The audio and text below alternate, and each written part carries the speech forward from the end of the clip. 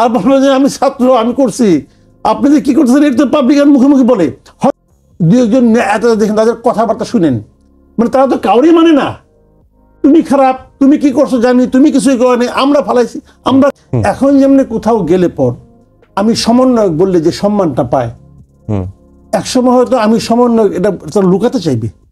সরকার যখন ভালো চালাতে পারছে না, তখন অনেকে মনে করছে যে বিদায়ের সময় তো হয়ে আসলো, এক ধাক্কায় শতাধিক জিনিসের দাম বাড়াই দিচ্ছে।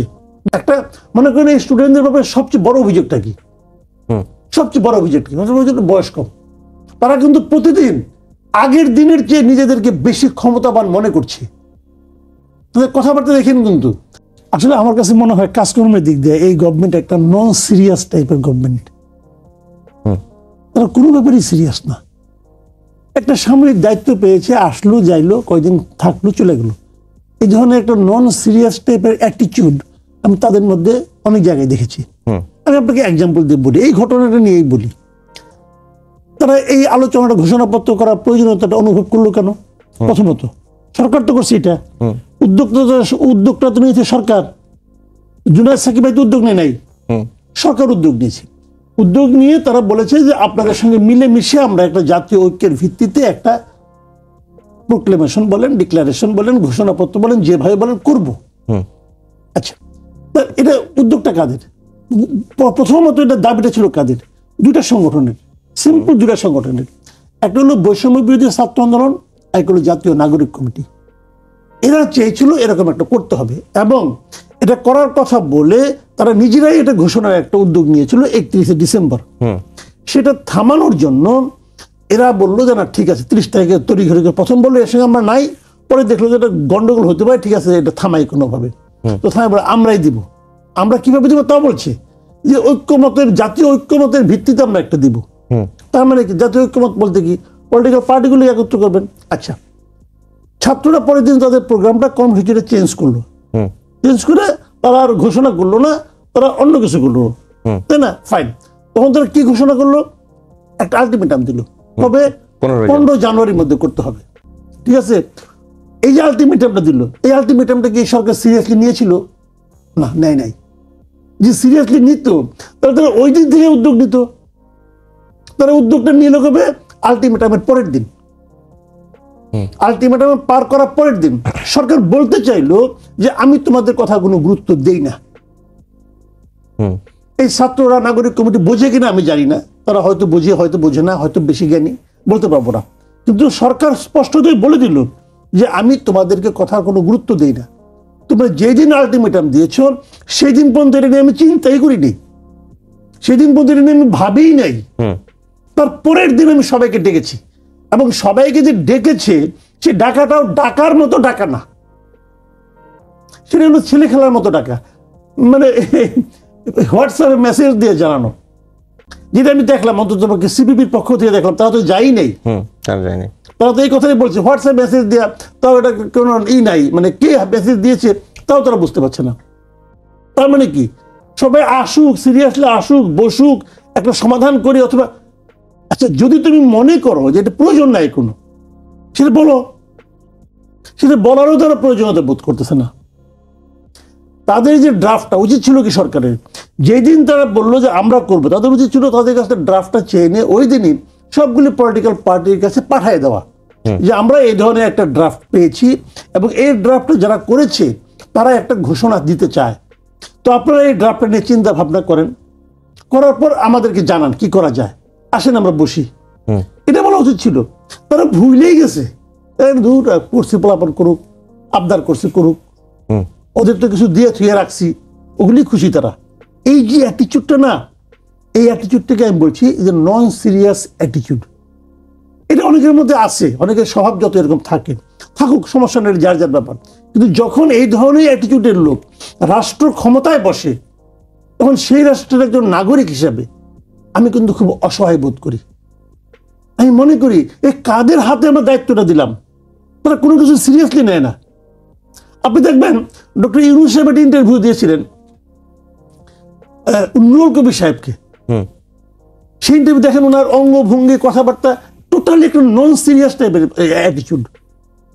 উনি বলছেন যে হ্যাঁ আমি করতেছি, আমি কখনো এখানে ছিলাম না, আমি তো এই জগতের লোক না, আসতে চাই নাই, নিয়ে আসলাম, দেখি কি করা যায়। ভাই দেখি কি করা যায় জন্য তো আমি আপনাকে বসাবো না এখানে, অন্য সময় বসাতে পারে। একজন নাগরিক হিসেবে আমার এতে প্রচন্ড আপত্তি। যে লোক বলে দেখি কি করা যায়, যে লোক বলে ভুল করতে করতে শিখবো, ভাই এই এক্সপেরিমেন্টের জায়গা ধরে না। এটা তো কারণ আপনার একটা ভুল পদক্ষেপের জন্য পুরো জাতি ক্ষতিগ্রস্ত হবে, পুরো জাতি এতে এর কুফল তাকে অনেকদিন ভোগ করতে হইতে পারে না। তারপর নন সিরিয়াস টাইপের কথাবার্তা বলেন কেন ভাই? এটা তো হয় না। এই একই জিনিস আমি দেখতে পাচ্ছি ওনাদের মধ্যে, যার যেটা কাজ না সে সেটা নিয়ে আলোচনা করে, যার যেটা করার দরকার সে সেটা করে না। চলছে এগুলি চলছে, আমরা দেখতেছি এগুলি চলছে। তাহলে এখন দেখেন আমি একটা আপনাকে এখন বলবো যে আমরা কৌশলের কারণে বলি নাই, এখন কিন্তু এটা হবে। শুনুন একটা কথা আমি বলি আপনাকে, এটা মাথায় রেখেন। এই জিনিস হলো কি যে এই যে 5 মাস পরে হঠাৎ তারা কেন অনুভব করলো একটা প্রোক্লেমেশন দরকার? দেখেন যারা করছে, ড্রাফট যারা করছে, তারা যে বোকা মানুষ তা না, তারা মেধাবী, কোনো সন্দেহ নেই। আমি ড্রাফটের যতটুকু দেখেছি তাদের মাথায় মধ্যে একটা চিন্তা আছে কেন তারা চাচ্ছে। কারণটা আমি বলি, এটা পেছনে যে তাদের কারণটা সেটা হলো গিয়ে, দেখেন একসময় কিন্তু এই অবস্থা থাকবে না দেশের। এখন যেমনি কোথাও গেলে পর আমি সমন্বয়ক বললে যে সম্মানটা পায়, একসময় হয়তো আমি সমন্বয়ক এটা তারা লুকাতে চাইবে। বাস্তবতা এরকম হতে পারে, দেশে এসে অনেক কিছু হয়। একসময় ছাত্রলীগ বললে ওসি সাহেব খারাই পড়তো, এখন ছাত্রলীগ বলে রিক্সাওয়ালা হাত নিয়ে আসে চর মারার জন্য। হয় না রে ভাই? এটা কি ছাত্রলীগ যারা করে, যারা কমিটিতে ঢোকার জন্য লাখ লাখ টাকা খরচ করে কমিটিতে ঢুকছে, তারা কি চিন্তা করছে যে এই ইনভেস্টমেন্ট আমার মাঠে মারা যাবে? চিন্তা করছে? হয় নাই তো। সময়ের ফের ভাই বড় খারাপ জিনিস। এখন ওনারা ওই জিনিসটা চিন্তা করতেছেন যে আমি তো এই কাজটা করেছি বলে দাবি করছি, এর কি পরবর্তী সময়ে কোনো আইনগত ভিত্তি থাকবে না? তারা কিন্তু এখানে বলেছে, যে এই প্রোক্লেমেশনকে আইনগতভাবে বৈধতা দিতে হবে, পার্ট অফ ল হবে এটা। তো তারা আসলে একটা আইনগত ভিত্তি চাচ্ছে, একটা আইনগত বৈধতা চাচ্ছে। এই আন্দোলন যেটা হয়েছে সেটা আইন মেনেই হয়েছে, যে জিনিসটা নাকি আমাদের স্বাধীনতা সংগ্রামের সময় হয়েছিল, মুক্তিযুদ্ধের সময় হয়েছিল। কাজে তাদের এই চাওয়াটা কিন্তু আমি অন্যায় বলি না, চাওয়াটা সঠিক। কিন্তু এখন তাদেরকে এটা কিন্তু খালি চাইলে হবে, তাদের পাইতে হবে। কার কাছ থেকে পাইতে হবে? এই পলিটিক্যাল পার্টিগুলির কাছ থেকে পাইতে হবে। পলিটিক্যাল পার্টিগুলির কাছ থেকে পাওয়ার জন্য যে সম্পর্কের দরকার, সেই সম্পর্কটাকে তারা মেনটেন করে। দু একজন দেখেন তাদের কথাবার্তা শুনেন, মানে তারা তো কাউরই মানে না। তুমি খারাপ, তুমি কি করছো জানি, তুমি কিছুই করনি, আমরা ফালাইছি, আমরা করছি, এই যারা বলে ভাই এটা পাইতে হবে। পলিটিক্যাল বাংলাদেশে ভাই এখনো আমি বলি এদেশের মানুষ এখনো কিন্তু পলিটিক্যাল, এই রিক্সাওয়ালা মতো পলিটিক্স বুঝে। আলাপ করে দেখেন, লেখাপড়া জানা পলিটিক্স আপনি আলাপ করে দেখেন, আপনি মানে 2 লাইন জ্ঞান দিয়ে দেবো, আপনি চিন্তা করতে পারেন না সে কি বলবে।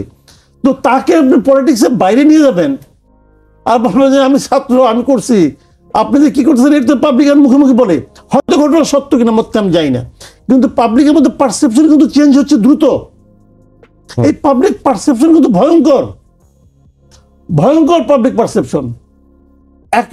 এক সমন্বয়ক হাসনাত আব্দুল্লাহ কি বলছে, এই পাবলিক পারসেপশন পরিবর্তন হচ্ছে এই বৈষম্য বিরোধী ছাত্র আন্দোলন জাতীয় নাগরিক কমিটির ক্ষেত্রে নাকি সবার ক্ষেত্রে? সরকারের ক্ষেত্রে তো আরো আগে।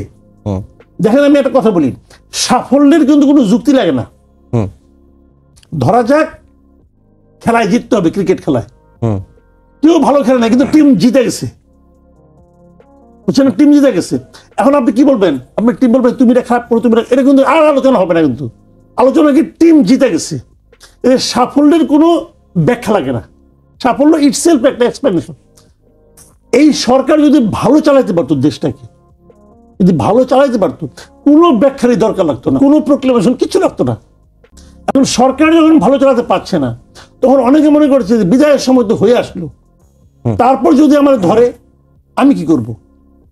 এই টেনশনে পড়ে এক একজন এক এক রকম কথাবার্তা বলতেছে। কিন্তু সরকার দেশ চালাইতে পারলে এই সমস্ত ঝামেলাগুলো দেখেন, তখন এক ধাক্কায় শতাধিক জিনিসের দাম বাড়াই দিচ্ছে, ভ্যাট, সম্পর্ক শুল্ক বাড়াচ্ছে। তো এটা কোনো পলিটিক্যাল গভর্নমেন্টের পক্ষে সম্ভব না। কেন? পলিটিক্যাল গভর্নমেন্ট জানে এটা যে আমি করবো, দুদিন পরে যখন আমি যাবো পাবলিক এসে ভোট নেওয়ার জন্য, পাবলিক আমাকে প্রশ্ন করবে যে তুমি এটা কি করে বাড়াইছো, এদের তো কোনো জবাব দিতে কোনো দায় দায়িত্ব নাই। আমি বাড়াই দিলাম, আমার কোনো জবাব দিতে নাই, আমার টাকা দরকার, আমি টাকা আনবো, সবই ঠিক আছে। কিন্তু তারা যেটা করতেছে, এই এখন দেখেন প্রত্যেকটা ক্ষেত্রে আন্দোলন একটা বেরোচ্ছে। প্রথমে বেরোলো হোটেল, তারপরে বেরোলো ওষুধ, তারপরে বেড়াইতেছে কাপড়, ধীরে ধীরে সব বেড়ে থাকবে এবং অনেকগুলি জায়গায় সরকারকে আপোষ করতে হবে। এটা কি, এই যে বলছিলাম না নন সিরিয়াস টাইপের গভর্নমেন্ট, আবারও বলছি এই গভর্নমেন্ট নন সিরিয়াস টাইপের গভর্নমেন্ট।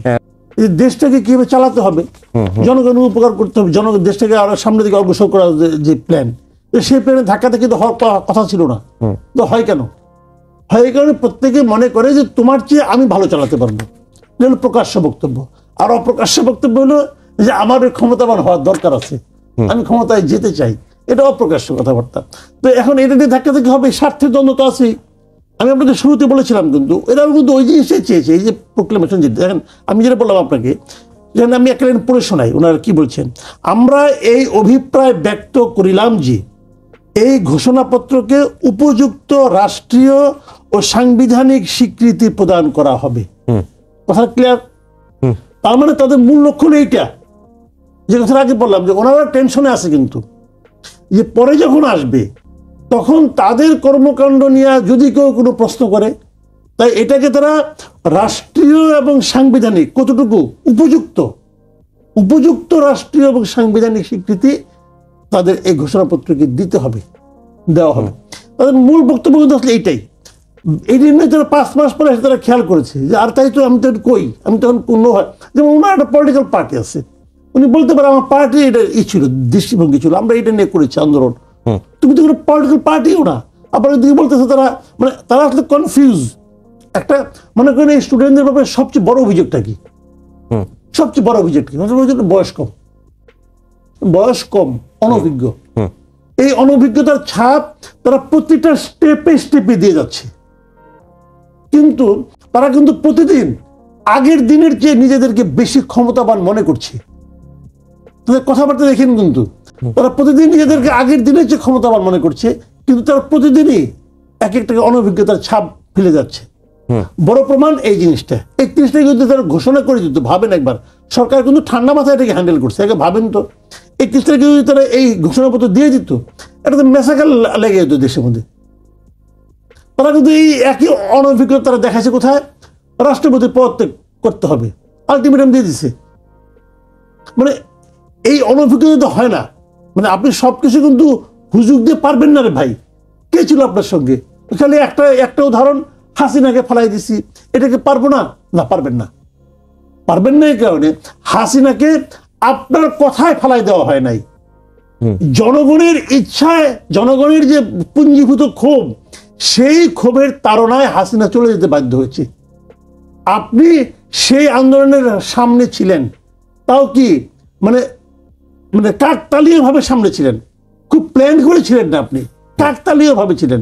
ওই সময় ওই ইস্যুটা এসেছিল, অন্য কোনো ইস্যু আসলে এরকমই হতো।